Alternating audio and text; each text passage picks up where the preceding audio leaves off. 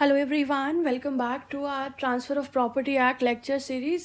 Last session में हम लोगों ने सेक्शन 10 से 18 तक कवर किया था where we understood how certain conditions and restrictions attached to a transfer can either make it valid और वॉइड, जैसे कि रेस्ट्रेंट का कंडीशन ऑन एलियनेशन है ना.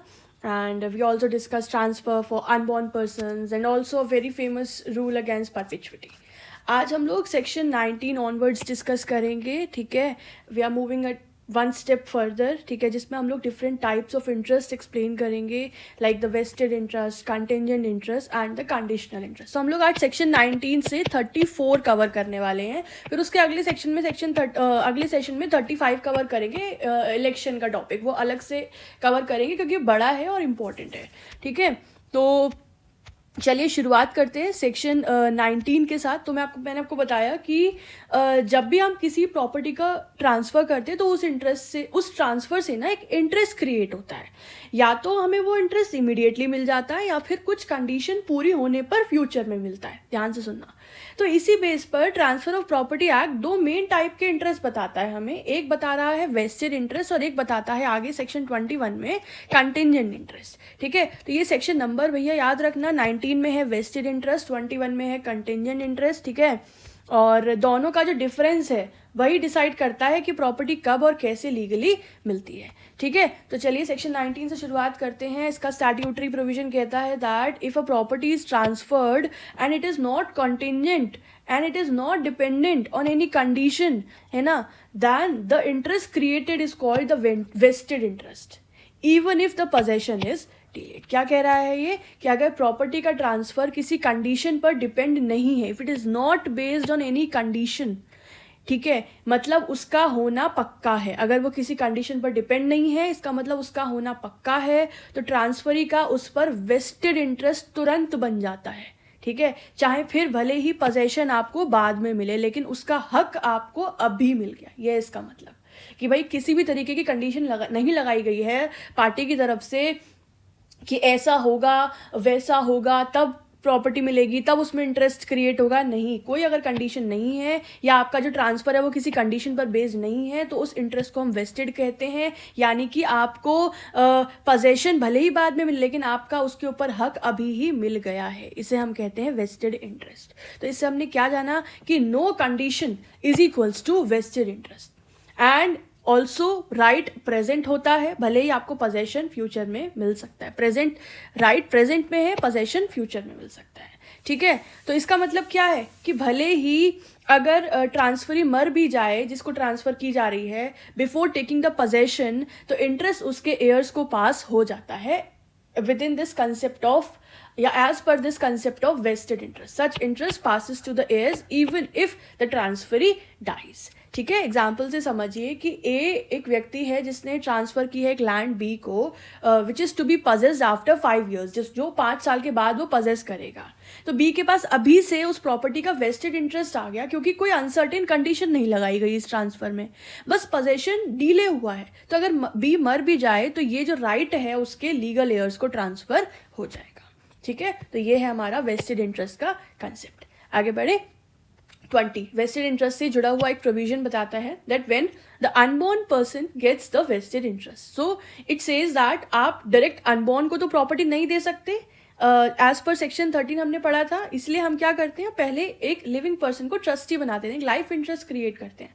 तो जब वो अनबॉर्न पर्सन जन्म लेता है, याद रखिएगा, when he is born, since when he is born, उसी मोमेंट से उसका इंटरेस्ट वेस्ट हो जाता है in that very property. When the property is given to an unborn person, the interest becomes vested when he is born. जैसे ही वो जन्म लेता है, जैसे कि A जो है उन्होंने एक प्रॉपर्टी ट्रांसफ़र की to B for life and then उसके बाद टू B's फर्स्ट अनबॉर्न सन, जो भी पहले B का जो पहला बच्चा जन्म लेगा. तो जैसे ही जब B का पहला जो बच्चा है वो पैदा होता है, उसके पैदा होते ही उसका वेस्टेड इंटरेस्ट क्रिएट हो जाता है इन दैट प्रॉपर्टी. तो यहाँ पे ये पॉइंट आप याद रखना that interest vest on birth. ठीक है, चलिए अब आता है, मैंने बताया दो तरह के इंटरेस्ट होते हैं, एक वेस्टेड इंटरेस्ट जो हमने सेक्शन 19 में पढ़ लिया। अब है हमारा सेक्शन 21 में contingent interest. So what is it saying? It's saying that if a property is transferred subject to a condition and that interest depends on that condition being fulfilled, then it is called the contingent interest. यहाँ property का right तभी मिलेगा जब कोई future uncertain event हो जाए, और अगर इवेंट नहीं हुआ तो इंटरेस्ट कभी नहीं आएगा. So it totally depends on a future uncertain event. ठीक है, कंडीशन पे बेस्ड है, वो कंडीशन एक फ्यूचर अनसर्टेन इवेंट है और अगर वो इवेंट नहीं हुआ, वो घटना नहीं घटित हुई, तो कभी भी सामने वाली पार्टी को वो इंटरेस्ट नहीं मिलेगा. ठीक है, सो बेसिकली इसमें कोई भी गारंटी नहीं है of ownership of getting the property, and it becomes vested only when the condition is fulfilled. ये वेस्ट तभी होता है, इसमें वो हक तभी मिलता है जब वो कंडीशन फुलफिल होती है. So such a transfer and such a interest is called contingent interest. है ना, एग्जाम्पल दूँ कि ए जो है बी को एक प्रॉपर्टी ट्रांसफर करते हैं, पर उसमें एक कंडीशन लगाते हैं कि प्रॉपर्टी तुम्हें तब मिलेगी if you marry C, if B marry C. सो अभी बी का जो इंटरेस्ट है यहाँ पे कंटिंजेंट है, क्योंकि ये बी के सी से शादी करने पर डिपेंड कर रहा है ना. तो अगर शादी नहीं होती है तो साफ सीधी बात है कि शादी नहीं हुई है तो तुमको प्रॉपर्टी भी नहीं मिलेगी. ये कह रहा है कंटिंजेंट इंटरेस्ट का कंसेप्ट. ठीक है, सो रिमेंबर कंटिंजेंट इंटरेस्ट मे और may not happen, but vested interest will surely happen. तो आप लोगों को डिफरेंस समझ आ गया वेस्टेड इंटरेस्ट और कंटिंजेंट इंटरेस्ट का, कि वेस्टेड इंटरेस्ट किसी कंडीशन पे बेस्ड नहीं है, जबकि कंटिंजेंट इंटरेस्ट कंडीशन पे बेस्ड है. वेस्टेड इंटरेस्ट आपको प्रेजेंट में एक राइट दे रहा है, जबकि कंटिंजेंट इंटरेस्ट एक फ्यूचर अनसर्टेन राइट दे रहा है जो कि किसी ना किसी कंडीशन पर बेस्ड है ना. तो और इनके सेक्शन नंबर्स याद रखना 19 and 21 of transfer of property act. चलिए आगे बढ़ते हैं. अभी हम कंटिंजेंट इंटरेस्ट से जुड़े हुए आगे के सेक्शंस देखेंगे. Section 22 talks about that transfer to members of a class who attain the particular age. तो ये बोल रहे हैं कि यहाँ प्रॉपर्टी ना एक क्लास को दी गई है, जैसे कि क्लास का मतलब है या तो सन्स को दी गई है, यानी कि सभी बेटों को दी गई है, या सभी ग्रैंडसन को दी गई है, या सभी डॉटर को दी गई है, या सभी स्टूडेंट्स को दी गई है. तो यहाँ पे क्लास की बात कर रहे हैं. ठीक है, तो याद रखिएगा सेक्शन 22 है. तो यहाँ बोल रहे हैं कि यहाँ प्रॉपर्टी एक क्लास को दी गई है लेकिन कंडीशन है कि वो लोग जो एक पर्टिकुलर एज तक पहुंच जाएंगे सिर्फ उनको मिलेगी. इन्होंने यहाँ पे एक कंडीशन लगाई है कि फॉर एग्जाम्पल यहाँ दिया है हमने कि to all my sons who reach the age of 25, है ना. तो अभी सिर्फ उन्हीं लोग को प्रॉपर्टी मिलेगी, उनके उन्हीं बेटों को प्रॉपर्टी मिलेगी जो 25 ईयर्स की एज अटेन कर चुके होंगे, और जो बाकी मेंबर्स जो कंडीशन फुलफिल नहीं करते उनका राइट यहाँ पे खत्म हो जाता है. So the others get excluded if the condition is not fulfil. ये सेक्शन 22 कह रहा है. देखिए ये बता रहा है कि कुछ ऐसे कंडीशन, कुछ ऐसे ट्रांसफर होते हैं जिसमें ऐसी कंडीशन लगाई जाती है कि ट्रांसफर जो है एक क्लास को किया जा रहा है, और उसमें एक पर्टिकुलर एज का कंडीशन लगाया गया है कि जो भी इस एज के होंगे या इस एज को अटेन कर चुके होंगे उन्हीं मेंबर्स को प्रॉपर्टी मिलेगी, बाकी उससे एक्सक्लूडेड होंगे. तो उसकी बात करता है सेक्शन नंबर 22. ठीक है, आई होप इट्स क्लियर. तो ये 21 के ही अगला सेक्शन है, याद रखिएगा. ठीक है, एग्जाम्पल मैंने आपको दे दिया. This is a condition which is precedent based on age, right. Alright. 23 section, it talks about the transfer contingent on happening of a specified uncertain event. So it says that अगर transfer एक uncertain अनिश्चित event के होने पर depend करता है तो वो ट्रांसफर सिर्फ तभी वैलिड होगा जब वो इवेंट एक्चुअली हो जाए. सो event must happen because if it fails the transfer fails. ठीक है, तो ये बोल रहे हैं कि अगर किसी ट्रांसफर में एक ऐसी कंडीशन लगाई गई है which is based on certain, specified है लेकिन अनसर्टेन है. अभी एग्जाम्पल दूंगी मैं आपको, अनसर्टेन है, तो अगर वो इवेंट नहीं हो पाता है ना तो फिर वहाँ पे ट्रांसफर भी फेल हो जाएगा. एग्जाम्पल से समझिए, यहाँ हमने दिया है दैट ए कहता है that you will get my house if India wins. वो बी से कह रहा है कि मैं तुम्हें अपना घर सेल कर दूंगा if India wins the world cup. ठीक है, तो ये वर्ल्ड कप हो रहा है, ये सर्टेन इवेंट स्पेसिफाइड है, लेकिन अनसर्टेनिटी क्या है कि वेदर इंडिया विल विन और नॉट, है ना. तो यहाँ पे ये है कि अगर इंडिया जीतती है तो B will get the house, पर अगर इंडिया नहीं जीतती है, अगर इंडिया हारती है then the transfer fails and B will get nothing. तो ये इस तरह के कंटिंजेंट कंडीशन की बात कर रहा है section 23. So when the event fails the transfer fails, right. So it concludes that the event must happen, otherwise there will be no transfer. This section 23 states. ठीक है, चलिए Section 24 talks about important rule. We call it survivorship rule or survival rule. So ये क्या कहता है कि if a property is transferred to some among a group, but it is stated that it will go to those who survive at a certain time, and that time is not specified, then law presume it refers to the end of the prior interest. ध्यान से समझिएगा, Section 24 important है. Sometimes अगर हम objective based exam की बात करें तो पूछ लेते हैं कि which section talks about the survivorship rule, या फिर हो सकता है आपको एक एक प्रैक्टिकल एग्जाम्पल के थ्रू पूछ लें कि इसका क्या कंक्लूजन निकलता है. So if you know this rule then you will be able to answer. So यानी अगर ट्रांसफरर ने टाइम स्पेसिफाई नहीं किया है, if in a transfer of property some among a group but it has stated that it will go to those who survive at a certain time and that time is not specified, कि मतलब कि इन लोगों पे जाएगा लेकिन किस time पे जाएगा, किसको पहले जाएगा किसको बाद में ट्रांसफर किया जाएगा, वो चीज़ स्पेसिफाई नहीं है. तो यहाँ पे बोल रहे कि there is a default rule कि जो लोग प्रायर इंटरेस्ट के एंड तक जिंदा है उन्हीं को प्रॉपर्टी मिलेगी. मैं आपको ना इसको एक बहुत अच्छे एग्जाम्पल से समझाती हूँ, ऐसे थोड़ा मुश्किल है समझ पाना. देखो लेट मी यूज हियर. देखो एक बंदा है,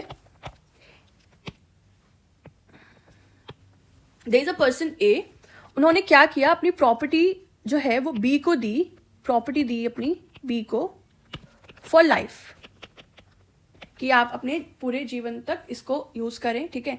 एंड आफ्टर बीज डेथ उन्होंने लिखा कि बी की डेथ के बाद it will go to C D E who survive B, जो कि बी के जिंदा रहने तक जिंदा रहेंगे, ठीक है. हु सर्वाइव बी, उनके पास ये प्रॉपर्टी फर्दर ट्रांसफर की जाएगी.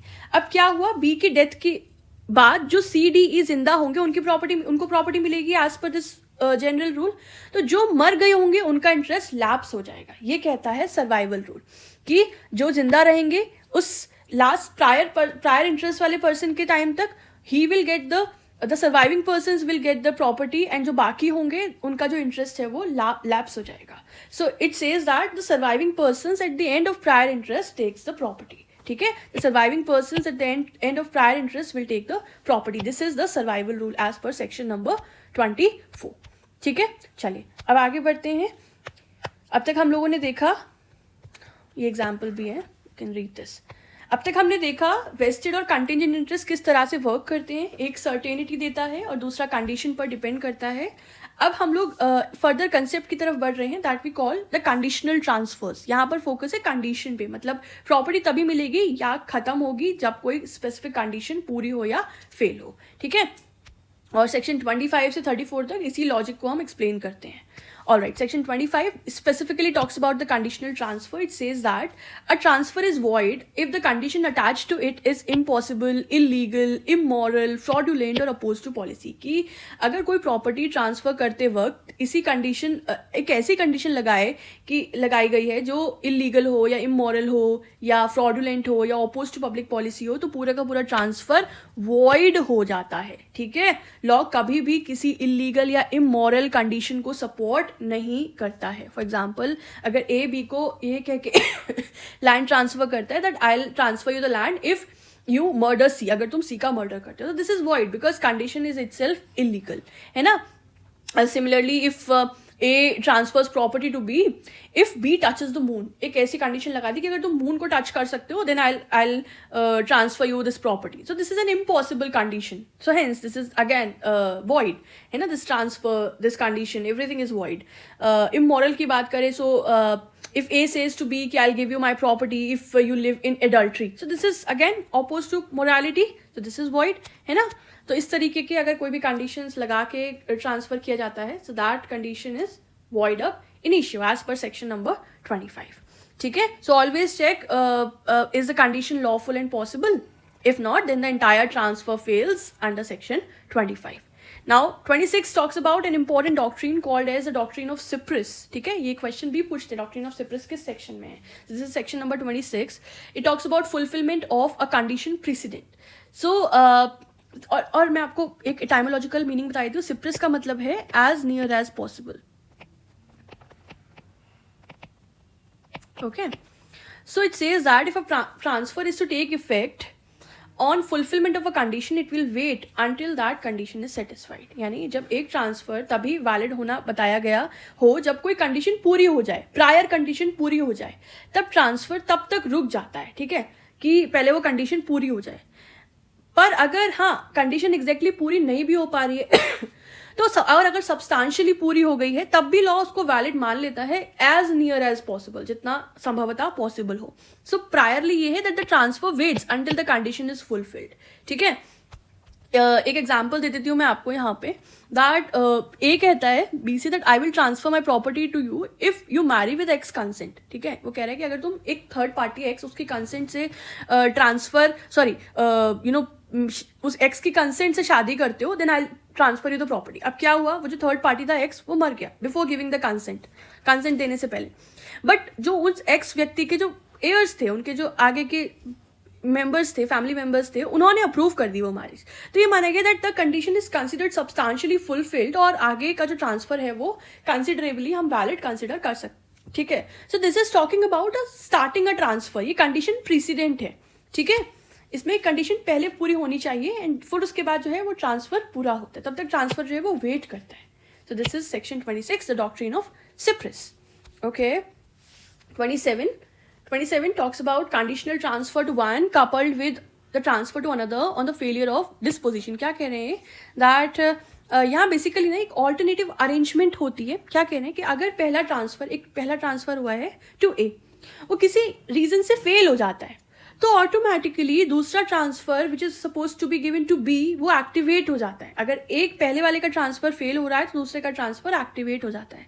सो if a property is transfer to A and there is a backup transfer to be in case A is transfer fails, कि एक बैकअप ट्रांसफर ऑलरेडी है उस प्रोसेस में कि अगर ए के साथ ट्रांसफर फेल हो जाता है तो हम बी को ट्रांसफर कर देंगे। सो जैसे ही ए के साथ ट्रांसफर फेल होता है फॉर एनी रीजन, तो बी का ट्रांसफर अपने आप इफेक्ट में आ जाता है। इसको लॉ में ulterior transfer on failure of prior disposition कहते हैं, ठीक है।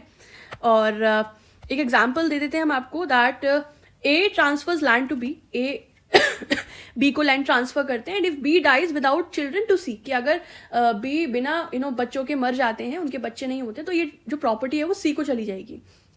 तो यहाँ अगर बी बिना चिल्ड्रन के मर गए तो प्रॉपर्टी ऑटोमेटिकली सी को मिल जाएगी। So even if the failure did not happen exactly as transferrer imagine, B के फेलियर से सी का राइट जो है वो जनरेट होता है। So this is what 27 talks about the ulterior transfer, कि अगर प्रायर डिस्पोजिशन फेल होती है then it leads to an ulterior transfer. Okay, this is section 27. So basically we say that this जो सेक्शन है 27 का, it ensures no lapse of property, कि ऐसा ना हो कि वो ऐसे अटकी हुई हो, एक को नहीं मिल पा रही है ड्यू टू रीजंस, तो फिर वो फर्दर नेक्स्ट पर्सन को पास ऑन की जाएगी। Property moves to the next person unless अगर ट्रांसफरर का कोई और इंटेंशन है, that's an otherwise situation. So this is section 27 talking about the ulterior transfer on the failure of prior disposition. Okay, section 28 again talking about the ulterior transfer, conditional on happening or non-happening of a specified event. So it states that a transfer may be made to take effect on the happening or non-happening of a particular event, and this is what we call as ulterior transfer. यहाँ एक condition future की event पर based होती है, अगर वो event हुआ या नहीं हुआ तब ट्रांसफर इफेक्ट करता है। So property is given on a condition if a particular event happen और does not happen and then only the transfer will pass, ठीक है। यहाँ पे हम अल्टीरियर ट्रांसफर, आपको याद होगा ऊपर हम लोगों ने इन सेक्शन नंबर 26 हम लोगों ने प्रीसीडेंट पहले एक कंडीशन हो उस पर हम लोग बात कर रहे थे, and in 28 we are talking about ulterior transfer wherein property is given on condition if a particular event happen or does not happen, so then only the property will pass. This is called ulterior transfer, ठीक है। So transfer that take effect only upon a future condition.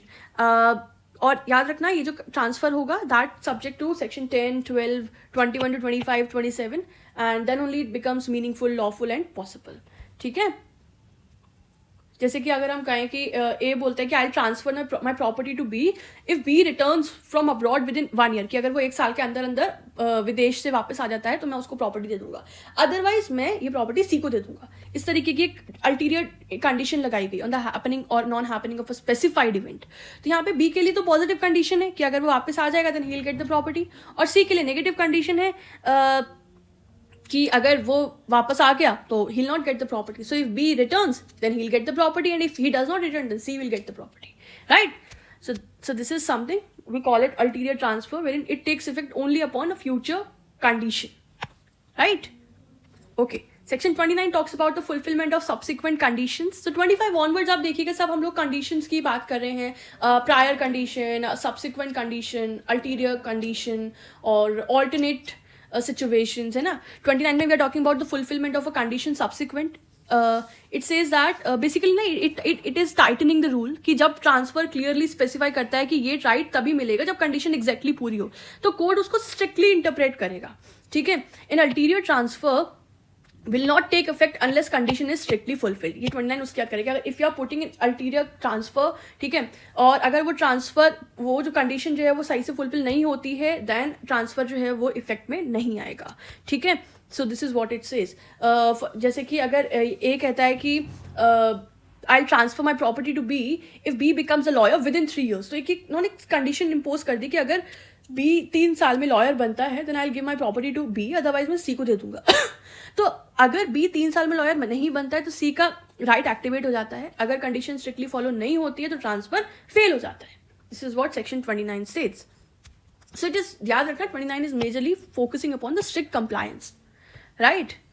बहुत मिलते जुलते से concept हैं ये. And मैं आपको बताऊं, देखो सेक्शन 19, 21 एंड 25, 26 इनसे मेजरली क्वेश्चंस बनते हैं. बाकी रेस्ट तो आपको प्रैक्टिकल अप्रोच के लिए इट्स इंपॉर्टेंट टू रिमेंबर. और बाकी हम पढ़ रहे हैं because they are the part of syllabus, तो इसलिए these 4 I'm saying these are majorly important. इसके बाद 35 हम लोग अगले उसमें पढ़ेंगे. that's very important. ठीक है. Okay, let's cover it quickly.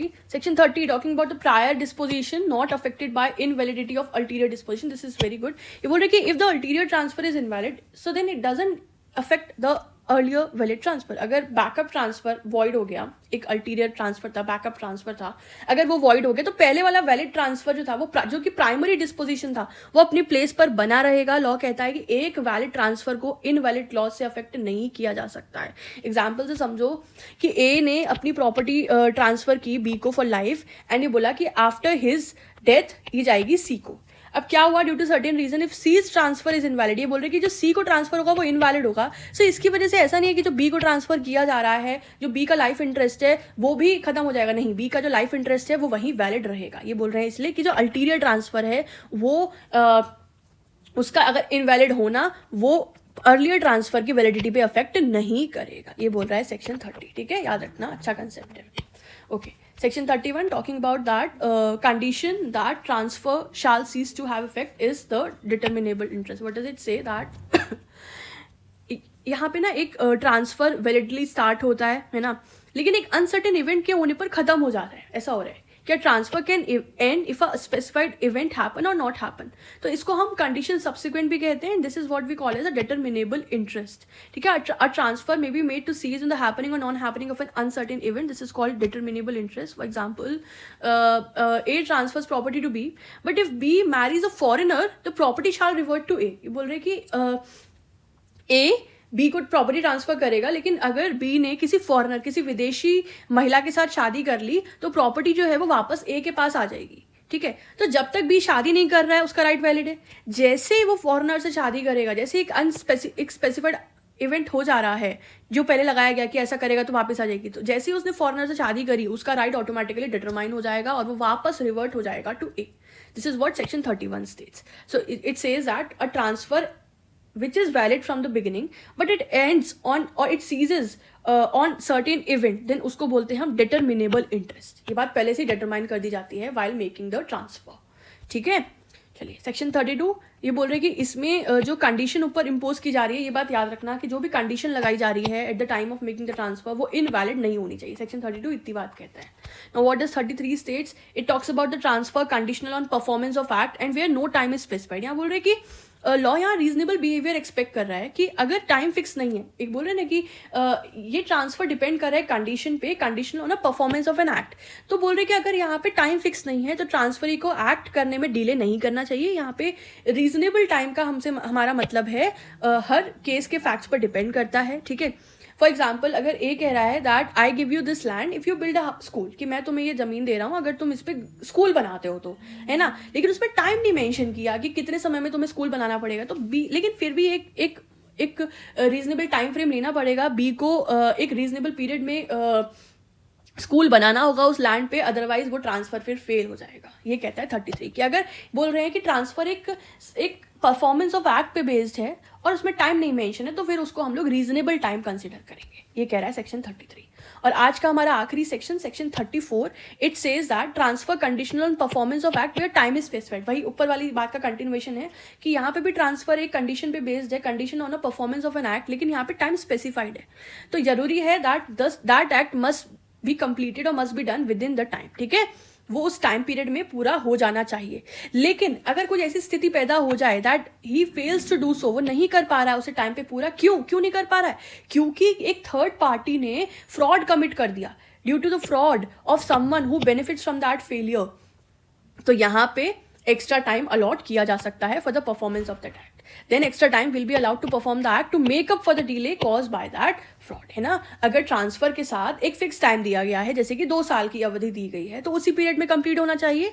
लेकिन अगर डिले किसी और की फ्रॉड की वजह से हुआ है, तो लॉ उसको इग्नोर करके ट्रांसफरी को एक्स्ट्रा टाइम देता है ताकि किसी भी तरह का अनजस्ट एनरिचमेंट न हो। ठीक है, the goal is to prevent unjust enrichment by the fraudsters. ये कह रहा है सेक्शन नंबर 34।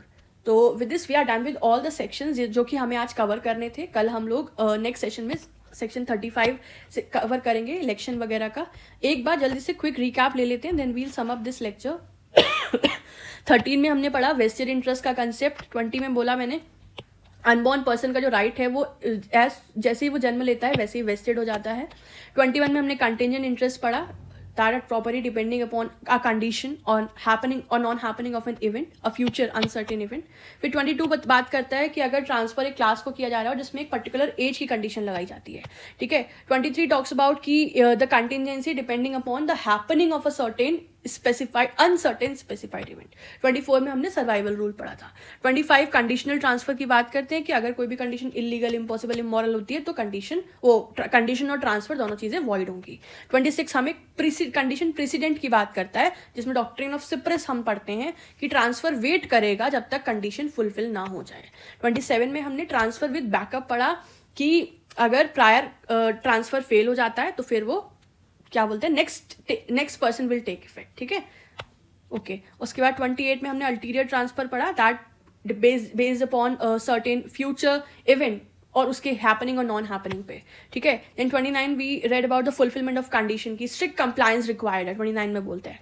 ठीक है, 30 में we read about the prior transfer not affected, बोलते हैं कि अगर किसी अल्टीरियर ट्रांसफर की वजह से प्रायर ट्रांसफर का इफेक्ट नहीं पड़ेगा, वो वैलिड रहेगा। ठीक है, फिर 31 में we talked about determinable interest. 32 में हमने बोला कि कंडीशन वैलिड होनी चाहिए। 33 में वी टॉक्ड अबाउट कि when no time is specified. And 34 में अगर टाइम स्पेसिफाइड है but somebody has done some fraud, तो फिर वहां पे एक्स्ट्रा टाइम दिया जा सकता है। ठीक है, सो स्टूडेंट्स ये थे हमारे आज के सारे provisions, right. We tried our best कि हम अच्छे से आपको समझा पाएँ, है ना, और कॉन्सेप्ट की क्लैरिटी हो। सेक्शन 25 से 34 एक लॉजिकल फ्रेमवर्क क्रिएट करते हैं जो एक ऑनेस्ट, लॉफुल और फेयर ट्रांजैक्शन को प्रमोट करता है। मैंने बताया आगे वाले लेक्चर में हम आगे के सेक्शंस पढ़ेंगे, उसके लिए चैनल से जुड़े रहें। Thank you for watching and all the best, have a good day, bye bye.